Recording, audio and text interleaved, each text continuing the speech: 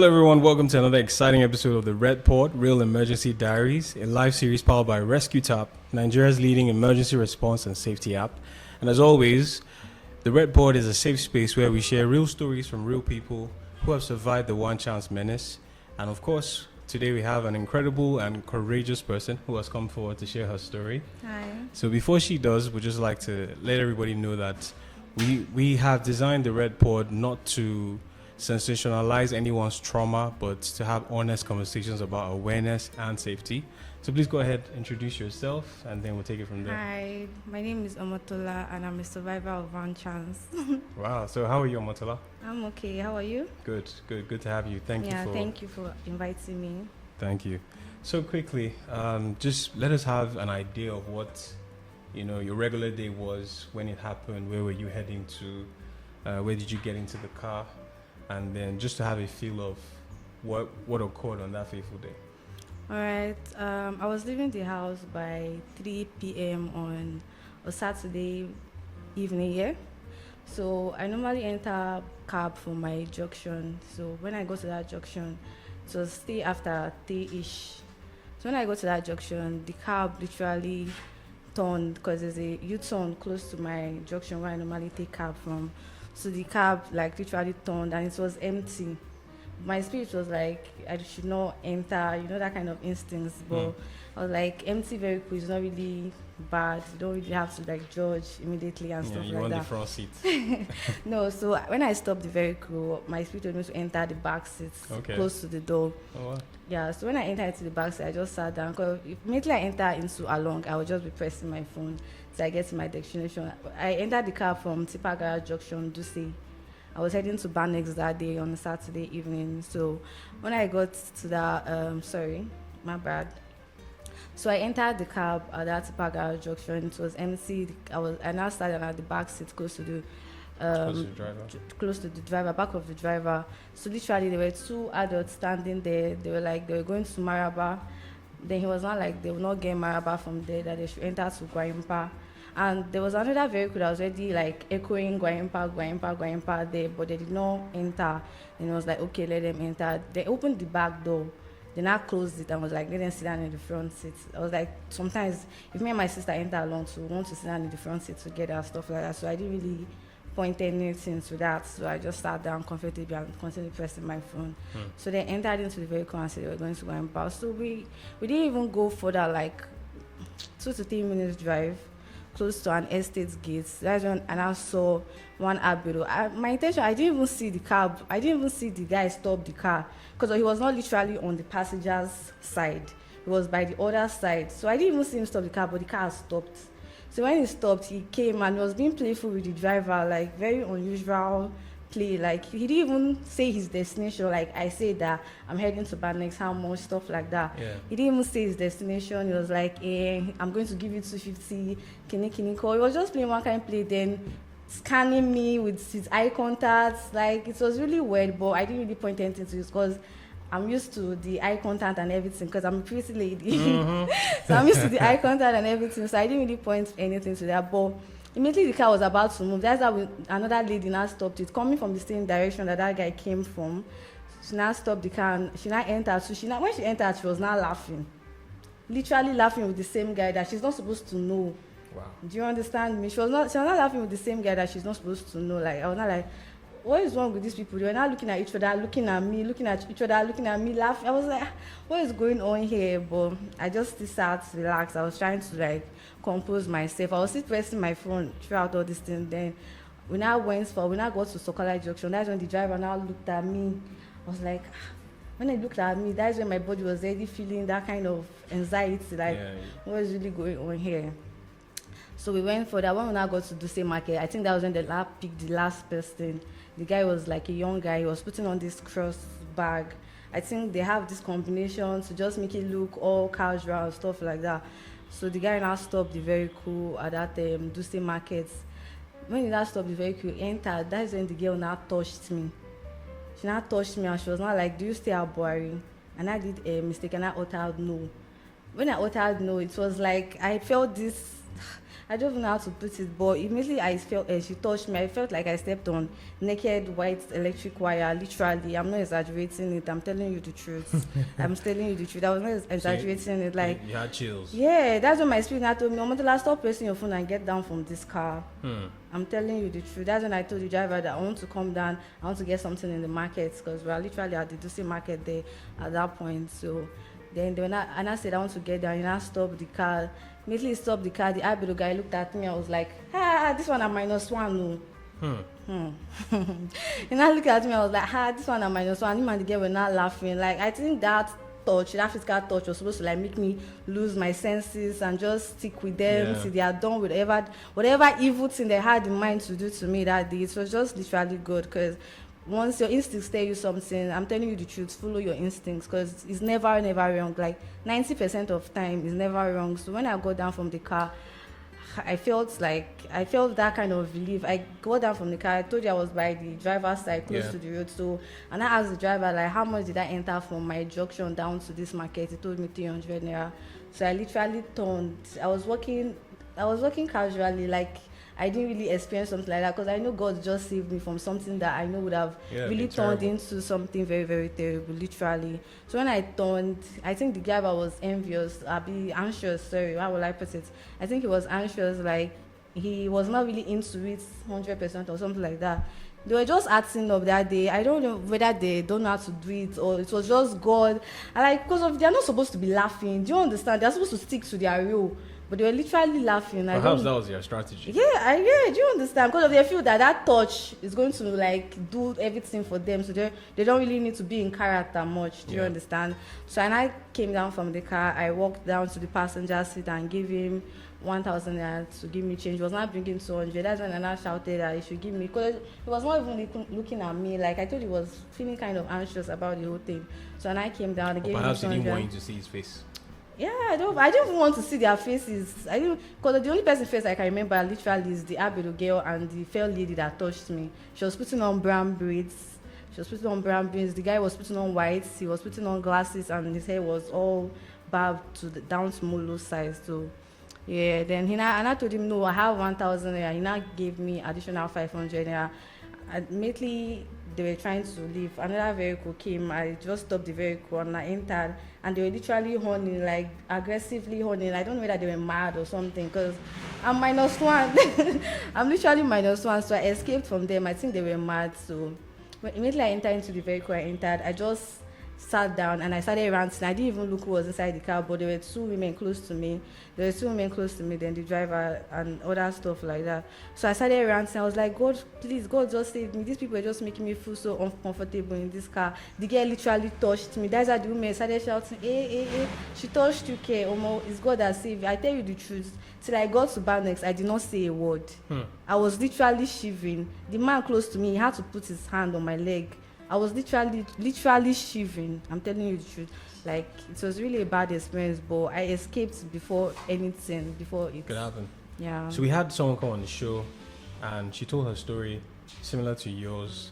In her own case, it wasn't a touch. When she boarded the car, there was like a powder substance that the guy in front was just rubbing and then blew in the air. So more like hypnosis. So sometimes it always happens in a way that when you are a victim of the one chance situation, always look out for certain red flags. So what would you say was your red flag in the case where you already were wise enough to sit behind the driver? So you were close to the door. There are most people who probably are just in the middle of the car, or they don't even know the car that they're getting into initially before they board. So what are the red flags that stood out for you? How did you identify them? You mentioned that you were also gripped by fear at one point. Yeah. So, but let us know what those red flags were. Okay, I didn't mention, like, when we're driving before we got to that market, there was a shoe on that front deck in the driver's place. So the shoe literally fell down on the lady's leg. So I told you there were two adults in the front seat, a boy and a girl. So it literally fell down on her leg. If I was the one sitting down there, I would tell the driver to put it at the back, because I'm actually a passenger. Do you understand me? I would not want it to disturb me again.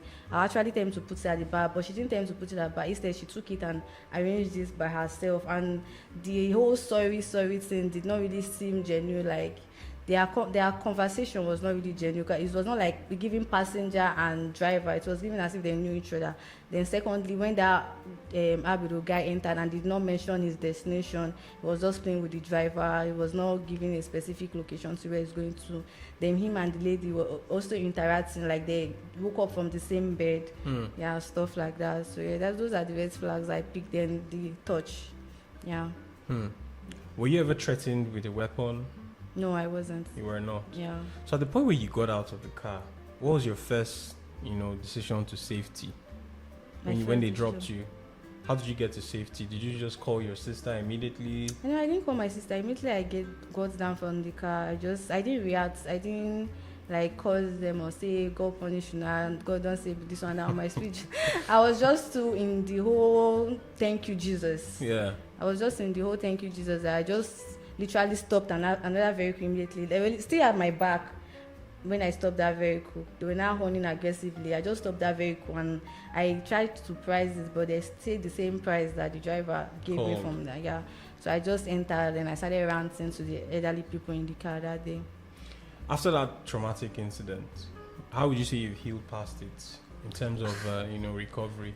I'm sure when you went home and you shared the story with your sister, did they believe you at first? She didn't believe. I didn't even get home before I shared the story. Maybe I got to Banex. She was already there waiting for me. That's where I did the video that Pamela saw. Yeah. So, but how did you recover from it? I know you still get into certain cars. I won't lie. When I got home that day, I could not sleep. I love dark rooms a lot. I love staying in the dark. But when I got home that day, I was pressing my phone. They took light. I carried my blanket and covered my face. I was not praying to God. I usually kneel down and say, God, please give me the strength to overcome this anxiety. Give me the strength to overcome this fear. Because I feel the way I overcome it was praying. I had just prayed to God, and with time, the fear left my body. I was literally afraid of people because of I'm a fashion designer, so I was heading to market the next day to make something for my customer. Okay. So when I passed that place, I was still very cold. I'm telling you, the woman close to me, she felt like I was not comfortable. So it was as if I was reliving the whole experience again. So I just feel the only thing that helped me through that process was just praying. Yeah. I'm also speechless at this point. I'm trying to understand how, it would take a lot of confidence to be in that kind of situation and still be bold enough to ask to come out of the car. And your exact scenario is why we built RescueTap, to be honest. I was just trying to tell you more off camera. Yeah. The app is built to solve these issues, to close this critical gap between insecurity and commuters like yourself and I, who go about every day to have the confidence to always have help a tap away. We pride ourselves with the slogan, one tap saves lives. Okay. And we always say that because we believe that help shouldn't be far off. We're building a future where your community, your trusted circle are your first responders. Imagine a case where you had RescueTap on you. Even while all that drama was going on, with the tap of a button, you have sent a message to your sister. So she already knew what was going on. She could see your live location. She could track exactly where you were. You get in case it got out of hand. Exactly. So they see your last known location. They know how to trace you. And the message is very straightforward. It says, Omotola is in danger. Please send for help. Your number is there in the text. Your last known location.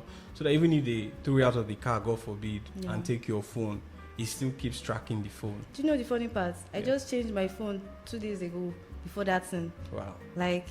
It was good, literally. It was just good. Yeah. So we always encouraged the public, everybody, to get on the app. Do you see the relevance as to how important it was if you had RescueTap at that point, where you easily would have just sent the message and they would have probably called for help or be able to track you? That also builds some level of confidence where you're not tension. Because somebody's there. Yeah. So thank you so much for sharing your incredible journey. You're and welcome. I want to end by saying it's not just about the technology we built, it's about community, and the app connects you to your people. So your friends, your family, your neighbors who respond the fastest. And that's one of the reasons why we always say, when you wake up in the morning, before you go out, tap the button, so that even now your sister isn't here with you in the studio, she knows exactly where you are at this time. If you leave here, it updates real time. So it's not like the WhatsApp, those WhatsApp live locations that expire after a time. This is ongoing. So they continue to update, they continue to see where you are. and the SOS alerts also. And we also have a beautiful feature on the app as well that gives daily security and safety tips. So whether you're in a casualty where you need first aid help, you can go on the app, you can learn that, you can know how to perhaps provide certain first aid at certain times. You were lucky rather that there was no threat. Like with a weapon. We had a case where somebody was stabbed on the leg. It's just good. Like. Yeah, so there's so many useful cases why everybody needs the app daily as long as you commute. So we're really glad that you're safe, and we just want the world to know exactly how much of a menace this one chance thing is. I'm telling you. So if you could quickly advise our listeners now as to what to do to prevent such a case like this, knowing now that you have RescueTap. Okay, like you said, before you leave the house, always tap on your RescueTap app. Always pray to God for safety, for Him to guide you to you're going out and you're coming in. Then always pay attention. Don't be a fool like me that was just on my phone throughout the whole process. Because I paid attention to whatever they were doing earlier. Maybe I would have gotten off the vehicle earlier. Like, try to pay attention to your environment before entering a cab. If your spirit is telling you don't enter, just take another vehicle. It's not that difficult. There are vehicles everywhere. Just go with whatever God tells you, and please tap on your RescueTap. And just like Omotola says, trust your instincts. And I always say this, your safety and the safety of your loved ones should not be left to chance. We know we can't solve every emergency, but we can prevent it from happening. Yeah, exactly. We always say at RescueTap, proactive prevention rather than reactive response. So my call to action is everyone download RescueTap. It's available on Android. I'm downloading mine now. Okay, very good. So it's available on Android and on the Apple Store for everybody who wants to use the app. It's an everyday tool. Like I said, it's Nigeria's leading emergency response and safety app. So until the next episode, thank you for coming on the R.E.D Pod. Thank you for inviting me. Do stay safe out there, and for everybody who is watching, please ensure that you download RescueTap. Pitch it to your family, your friends, your neighbors, your loved ones, your frenemies, everybody that is one way or another connected to you. Because I don't wish it for anybody. Yeah? I don't wish it for anybody. It's a terrible experience, and we're terrible really experience. hoping that we can reduce this surge of one chance happening in Abuja and around the world.